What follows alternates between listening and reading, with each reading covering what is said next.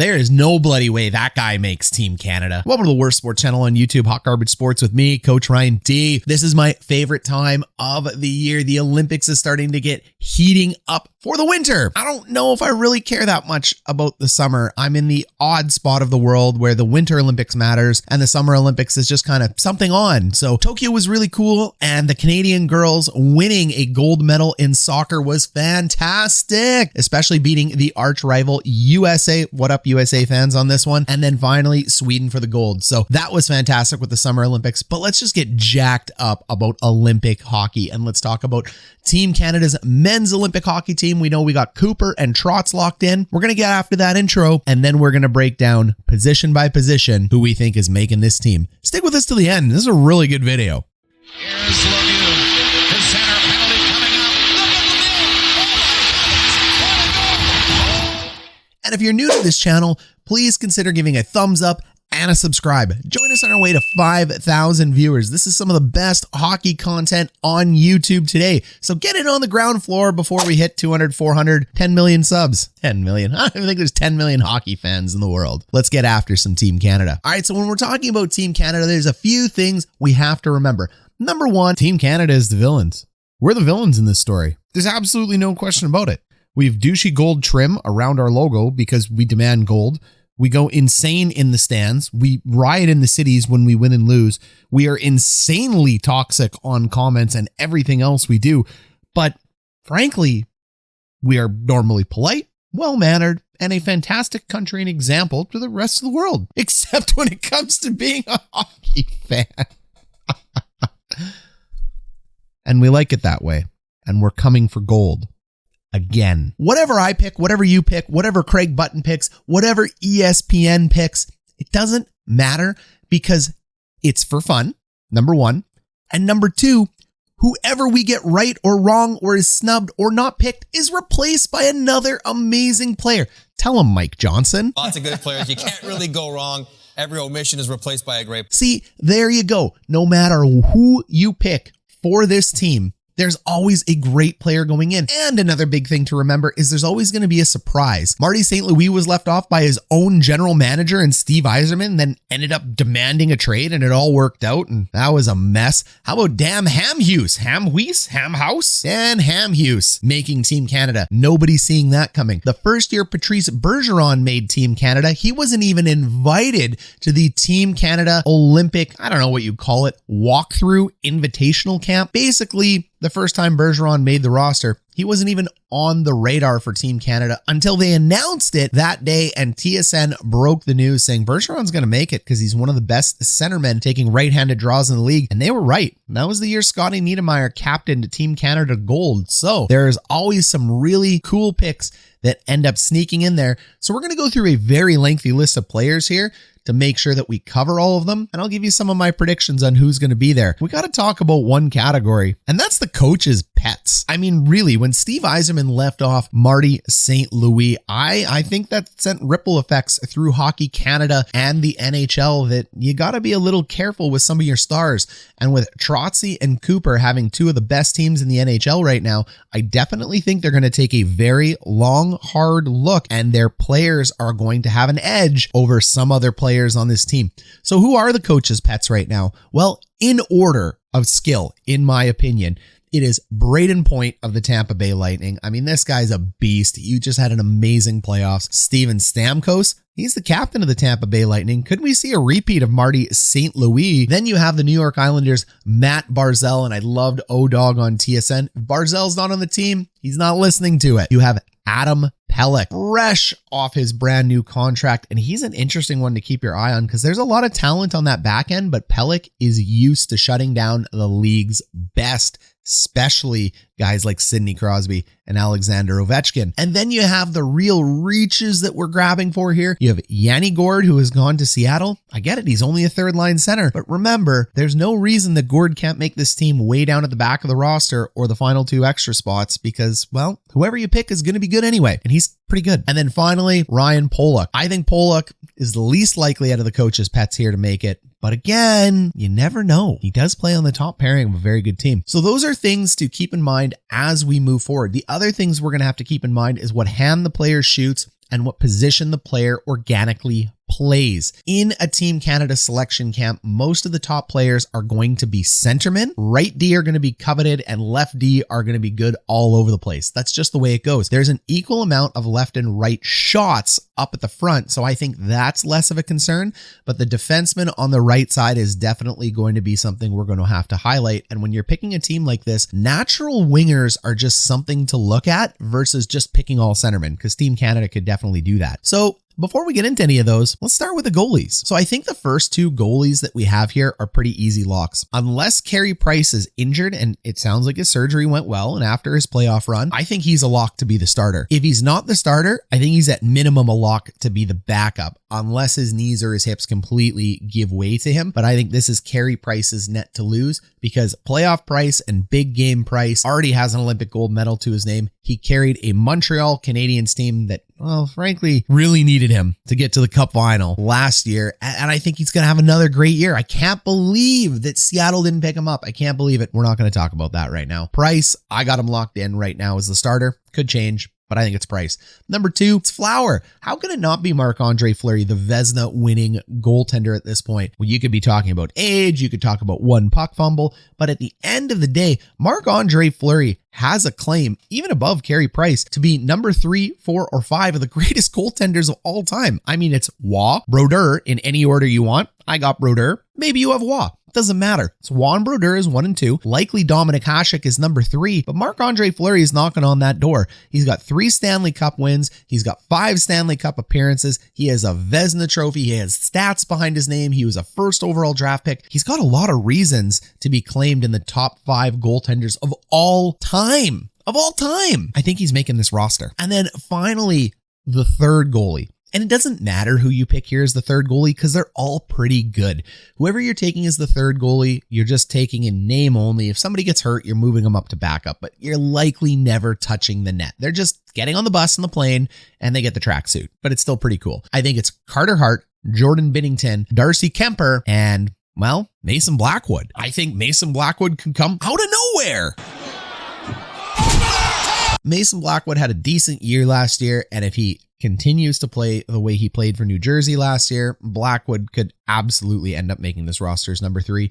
Well, you're going to have to wait to see who I pick in this one. But I've already told you who my starter and my backup is. All right, net out, let's go to the defensemen. Here is a list of the defensemen that I think are going to be locks to make Team Canada. So this is how we're going to categorize them. Locks and then fighting for a spot. So our locks on the left side, and I think there's less locks on the left side just because there's so many left-handed defensemen that have a claim to this crown. But I think the two that are getting in there, no problem, are Shea Theodore, because Theodore is going to play with his partner, Alex Pietrangelo. There's no reason to break them up. Lefty, righty. Theodore is an amazing point producer. He's also a fantastic defensive defenseman. Theodore is locked in. His partner, Alex Pietrangelo on the right side, he's locked in. What pairing they end up being? It's going to be pairing 1 or pairing 2. These guys are going to log big minutes for Team Canada. I also think Morgan Rielly is a lock on the left side. Now, there's going to be 2 types of people out there. The ones who are Leafs fans screaming at me right now, telling me Morgan Rielly is not that good. You'd be wrong. Morgan Rielly is that good. Morgan Rielly is good enough to be locked into this roster, and Morgan Rielly can play defense at a very high level at all ends of the ice, offensively and defensively. And when he is joined by the cast he is going to be joined by, it is just such an easy pick to lock in Morgan Rielly for me. So I've got Rielly all day, every day. And the guys in the second camp, they agree with me. I don't know if they're Leafs fans, though. I think just Leafs fans hate Rielly. I don't know. Let me know. By the way, if you're going to trade him, the Jets will take him. All right, and then on the right side, Cale Makar is an easy lock. I think everybody can agree on that. Makar is only getting better year after year. He's an offensive dynamo, so Makar locked in. He's still got some things to learn, but it's an easy selection to make because you always got to have those veterans 4 years later that can play for Team Canada as well. And Makar can play now, and he can be a leader in 4 years as well. So Makar is an easy lock on the right side. And then Dougie Hamilton is also an easy lock on the right side. He just signed a monster contract right now. And it's so funny because he just has such a curious career. He has been around 3 teams, People don't seem to want him. And then all of a sudden he cashes in on an amazing free agency. And because he's a right-handed defenseman that are just, those guys are coveted, he ends up making this roster because there's just less right-handed defensemen. And you'll see what I mean when we take a look at our players fighting for a spot. So Hamilton's an easy lock. That is 5 defensemen out of the 6 that are going to play and 8 that are there going to keep. So we have 3 more spots to talk about in our next column, which is defensemen fighting for a spot. So on the right side, this is going to be the harder one to fill because you got Spurgeon, Doughty, Letang, Barrie, Weegar, and Ekblad. I have this in order of likelihood. So you have Spurgeon and Doughty. These 2 guys are interchangeable right now. I don't think this is Doughty's year. I just think he's not going to be there, but there is a possibility that these veteran coaches taking their veteran guy in Hockey Canada says, hey, Doughty has been a Hockey Canada player since his very, very young age of 20. You need to add him to this team. So Doughty could absolutely still make this team and still be productive. There's no question. Jared Spurgeon could make this team if Drew Doughty doesn't make this team. And you still have the wild. Chris Letang is still playing at a very high level. There is no reason the coaches may not like him more than, fans or pundits or armchair GMs or me. So Letang's absolutely in there. And Tyson Barrie may be a 3rd pairing defenseman, but if they want a power play specialist out there to quarterback it, and there's a lot. I mean, we already just showed 5 locks that could quarterback a power play, but they may want Tyson Barrie out there just for that reason. His offensive pedigree is very high, and you don't need to play him in a lot of situations.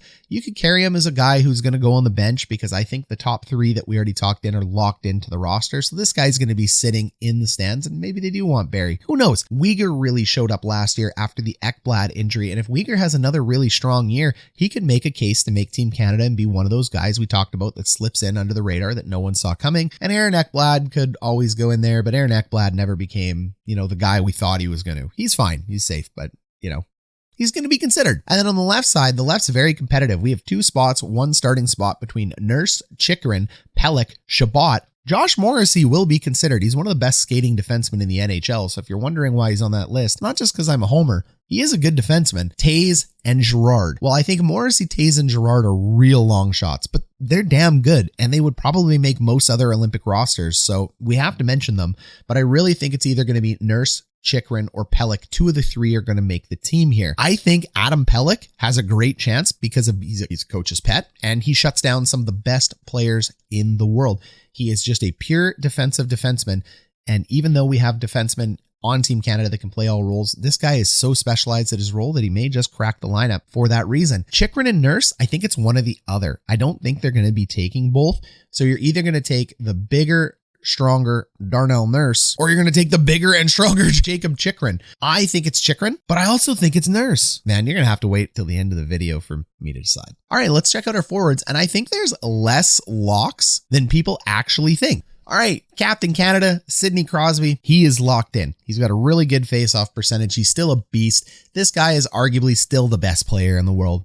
Easy lock. MacKinnon and McDavid, the 2 other Canadian running mates in line to be considered one of the best players in the world, they're easy lock. There's no question about it. They're on the team in some format. The question is going to be, is one of them going to move to the wing, or are we going to have 3 centermen down the middle of power?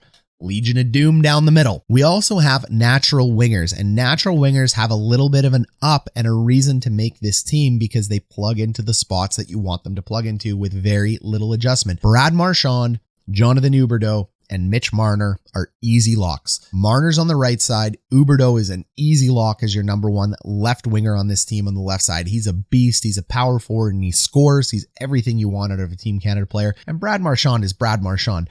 This guy is silky smooth, can score all over the place. These are your locks. And that's it. These are the only locks on Team Canada. I truly think this on forward. You have 6 guys, no problem dialed in if there's no injury. So let's go take a look at a second category that I'm going to call likely locks. These are guys that should make the team. You wouldn't get much debate from me if you said, hey, this guy's making it. I think these guys are all making the team in some capacity. So let's take a look at them. I don't think, due to the fact that Brayden Point is as good as he is, plays for John Cooper, and, well, just had a really good playoff run, I think Brayden Point is locked and loaded for this team. So he's likely to play. I don't think he's as guaranteed as the first 6 we talked about, so we're putting him in this category. Then we have Patrice Bergeron. I really want to put Patrice Bergeron in the other category because I think he's an easy pick. He's got a 63% face-off win rate. This guy is making the team, but there will be an interesting little caveat in the back of my brain that Bergeron's going to be 37, but I still think Bergeron is a lock with his leadership and with his center position and the fact that he can still play at a very high level. But due to the age, I'm just going to put him in likely to play. So yeah, he's probably playing. Mark Stone, a natural right winger. He's a little bit slower, but this guy can snipe. One of the best shots in the league for the Vegas Golden Knights. I think Stone's making this roster. He's just a natural right winger. There's a lot of centermen to play, but you got to get some natural wingers in there. I think Stone's easy peasy. Matthew Barzal, another coach's pet. After watching Matthew Barzal in this year's playoffs, Matthew Barzal is clearly a superstar. There's no question about this. This guy is one of the best players in the NHL, period. He needs to make this roster in some format. And Mark Scheifele, Mr. Outwork Ya. Mr. Dedicated to hockey, Mr. Trains with Gary Roberts, does everything the right way, is a great story. I think Mark Scheifele is a lock. There's going to be a lot of people screaming at me that I'm a homer right now, picking my Winnipeg Jet to make it there. But just wait till you see my roster construction before you get on me too hard. I think Scheifele's making this team though. All right, so that's 11 forwards that I think are going to be on Team Canada. That leaves 3 spots open against a ton of Canadian talent up front for those 3 spots, and only one of those spots is going to play in the top 12. The other 2 are just going to be extra people on the bench. Or are they? Who knows? Let's go ahead and take a look at those that are fighting for a roster spot. Now you have John Tavares. John Tavares, captain of the Leafs. John Tavares is a character guy. He can still play at a very high level. What makes it tough for John is the fact that John is a natural centerman, and we have a lot of centermen already on Team Canada. So those natural wingers may end up pushing him out. But John Tavares is a really good candidate to still make this team. I don't think he's out of it by any means. Sean Couturier, same reason as John Tavares. The only difference is Tavares is a little bit silkier on the offense. Couturier has one of the best center position plays and defensive zone responsibilities out there. Checker to play in on that 4th line that can score a ton of goals. Sean Couturier could absolutely be that person for them. Ryan O'Reilly is another player very similar to that. He gets a lot of points. He's the captain of the St. Louis Blues. There's a lot of captains and centermen here on Team Canada. If you come from any other country in the world and don't still recognize that Hockey Canada and Team Canada is not the dominant force in the game, sorry, I think you're out to lunch. I love all my American fans, and I think Team USA is going to be a superb team and definitely a candidate to medal or even win the gold. And while we're on this subject, before we get back to these forwards, I have no disillusions as a hockey commentator that Team Canada aren't the villains everywhere they go outside of Canada. There is no one in the world, I have no delusions in the world, no one in the world outside of Canadians are cheering for Hockey Canada.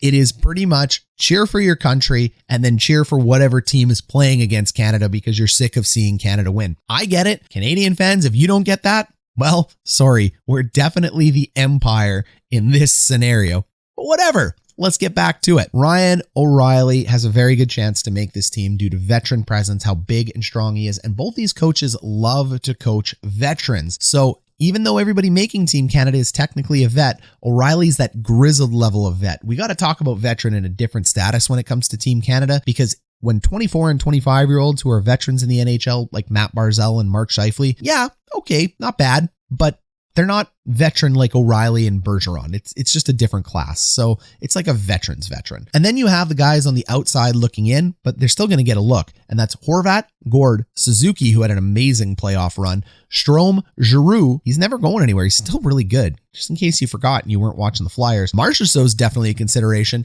and Reinhart could be a consideration. I mean, you could make 2 teams for Team Canada and they could place 1st and 2nd. It's very possible. And then you got to look at your natural wingers who are fighting for a spot as well too, because your center position's technically already full before you ever get to this list. And that's Stamkos, Coach's pet, Jamie Benn, still a beast, and a captain again. A lot of captains. David Perron, who had one of the best years ever last year. He does nothing but score points, and he's a very good player all around. He absolutely can make this team. Tyler Toffoli having a year of his life. He could make this team outside shot, and Taylor Hall has an outside shot. So you got to pick 3 guys from this list if you believe in my first 11. If you don't believe in my homer Mark Scheifele, though, you can pick 4. But I think I was pretty close with the top 10. So that brings us to it. Dun, dun, dun, dun, dun, dun. Drum roll, please.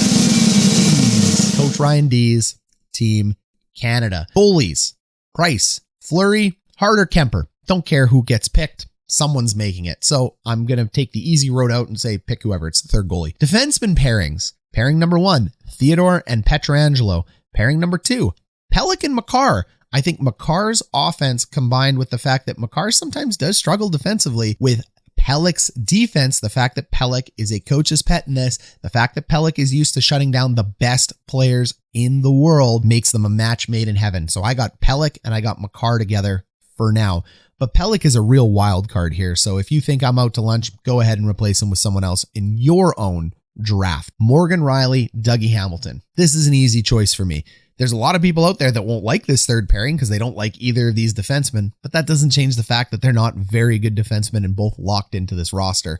And then finally, I'm taking Chychrun over Nurse. I could easily be talked into Nurse though, and Jared Spurgeon. I don't think it's Drew Doughty's time, and I don't see any benefit in putting Drew Doughty in the stands. So if one of these guys gets injured in the top 6 and you got to move these guys up, then yeah, that's who I'm going to end up moving up into my top 6. Forwards, line 1, Huberdeau, McDavid, Marner. Now we'll have to see what their chemistry is like on ice when they're practicing, and Cooper and Trotzy will go ahead and evaluate that better than I do. But I think the speed of Mitch Marner and the fact that he is the puck hunting playmaker for Austin Matthews makes him a perfect candidate to be a playmaker with Connor McDavid. Connor McDavid's a better playmaker than he is goal scorer, but McDavid can score with the best of them, and he's got 6 silky hands, and these guys both play at speed. You had Huberdeau in there for size and grit. If I'm McDavid, I'm telling Huberdeau, just get to the net, put your stick down, it'll be there and you'll score. And if I'm Mitch Marner, I'm telling McDavid, hey, I will get every puck out of the corner for you, big guy, and I will make sure to feed you so we can open up ice for each other. This is an easy line 1 for me if I'm coaching. Line 2 is the veteran line, Marchand, Crosby, Bergeron.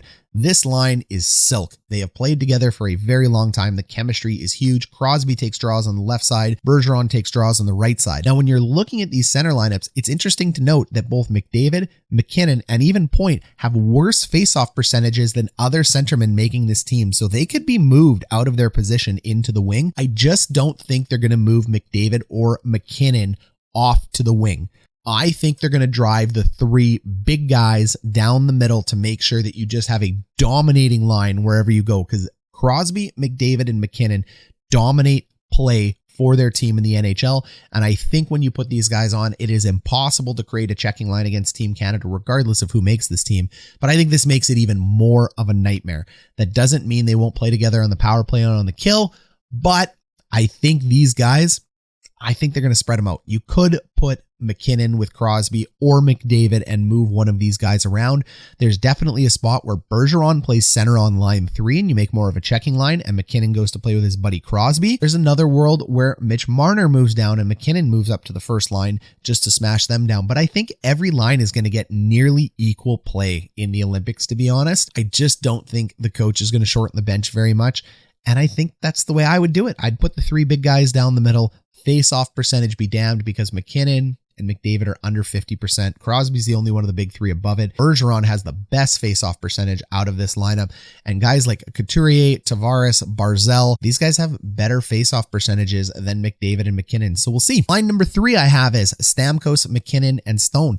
I've got Stamkos, even though he's fighting for a spot, because he's a natural left winger now, playing with MacKinnon and Stone. And this line plays a little bit slower than other lines. MacKinnon is the engine that drives this line because he's extraordinarily fast. Mark Stone's not as fast as either of these 2 players, but he can definitely bury the biscuit. And Steven Stamkos is still one of the best goal scorers in the NHL. This guy got close to 60 before. He's had some injury concerns, but Stammer, I think, is making this team, and I think he's making this team on line 3. This is just an amazing 3 lines. You tell me what your lines are down below. And then line 4, I got Couturier, Point, and Barzal. I think the line of centermen at the 4th line and the younger guys here, these are some of the younger guys for Team Canada, if you can believe it, even though they're veterans in the NHL, are going to end up carrying a really good 4th line punch. Couturier, because of his defensive responsibilities, Barzal is just freaking elite. And I think Point ends up taking the middle from this one. So those are my top 12. Scheifele, I said, is a lock, but I think he's a lock to sit on the bench, to be honest. I don't think Scheifele's getting into this roster over these guys. I could flip Couturier and Scheifele like that. I want to do that. My heart says to flip them, but I think because it's a 4th line position, Couturier ends up taking out Scheifele on the 4th line for his checking prowess. But I really Could easily be talked into Scheifele moving into that role and even putting point to the wall with Scheifele in the middle. I could absolutely be talked into that, no problem, but I'm sticking with Scheifele on a bench. And I think John Tavares, just again, because of his leadership skills and because if anybody goes out due to injury, Tavares is just so reliable and easy to plug in anywhere on this lineup. If you lose Mitch Marner on your top line, you don't even have to mess with your lines. You just put John Tavares up there. No problem. You could lose Marchand on the Crosby line. No problem. Put John Tavares in there. You could lose Nathan MacKinnon and not move somebody else to center. You could just put John Tavares there. You could put John Tavares anywhere in this lineup. I think he's making the team. All right. Those are my line combinations and early Team Canada predictions. Last bit of business is going to be the captains and alternates. So my captain for both the red and the white jersey, home and away, Sidney Crosby. Golden goal scorer Crosby is the captain. He's the captain till he's not the captain anymore. He might even be the captain in 4 years from now. But Crosby gets one more shot at the big C for Canada. Alternates. I think there's going to be white alternates and red jersey alternates. So I think there's going to be 4 alternates. You're going to have McDavid, MacKinnon, Bergeron, and Pietrangelo. Pietrangelo is the only candidate I see on the back end for defense to carry a letter when you're looking at these forwards up front. Bergeron, obviously the captain of the Bruins, big leader, veteran presence. MacKinnon and McDavid, probably locks to also get A's. And I wonder how it's going to work because Team Canada's going to have a black jersey. So maybe there'll be 2 more sets of alternates. I could absolutely see that. This is a team of leaders no matter which way you go.